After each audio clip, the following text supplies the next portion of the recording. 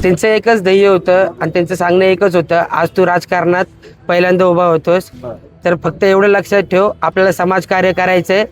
जसं की मी लोकांना धरून पुढे गेलोय, त्याच माझ्या पावलावर पाऊल टाकून तूही लोकांना घेऊन पुढे चल आणि समाजकार्य कर. एकंदरीत जर बघितलं तर असा अनुभव होऊ शकतो की अण्णाचा मुलगा आहे म्हणून तिकीट मिळालंय, पण स्वतः तू राजकारण बघितलेलं आहे जवळून, काय सांगशील?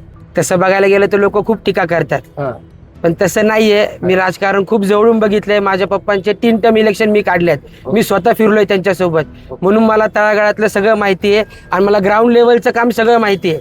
आम्ही माझ्या वडिलांनी हेच शिकवण दिली, कधीही जमिनीपासून सुरुवात करायची. प्रभाग क्रमांक 9 तसा तुझ्यासाठी नवीन आहे. बरोबर. पिंपरी मतदारसंघात आता अर्धा भाग आहे. बरोबर. काय सांगणार? तसं बघायला गेलं तर 20% भागही आमचा आहे. गांधीनगर, कामगार नगर, आमचेही लोक आहेत, खारवाडी.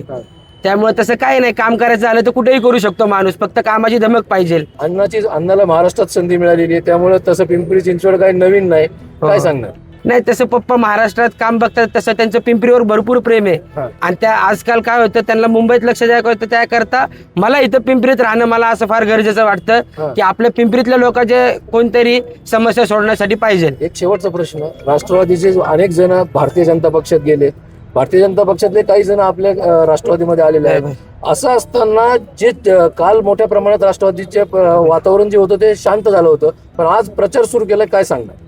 अजून भरपूर काही घडामोडी व्हायच्या आहेत, अजून 2-3 दिवस बाकी आहेत, सगळे चित्र समोर येतील तुम्हालाही.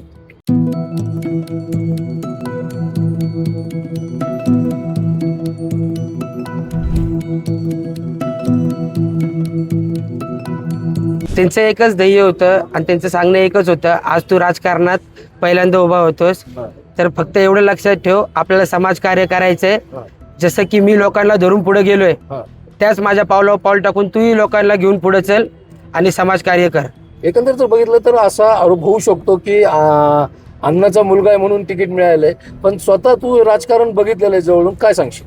तसं बघायला गेलं तर लोक खूप टीका करतात, पण तसं नाहीये. मी राजकारण खूप जवळून बघितलंय. माझ्या पप्पांचे 3 टर्म इलेक्शन मी काढलेत, मी स्वतः फिरलोय त्यांच्यासोबत, म्हणून मला तळागाळातलं सगळं माहिती आहे आणि मला ग्राउंड लेवलचं काम सगळं माहिती आहे.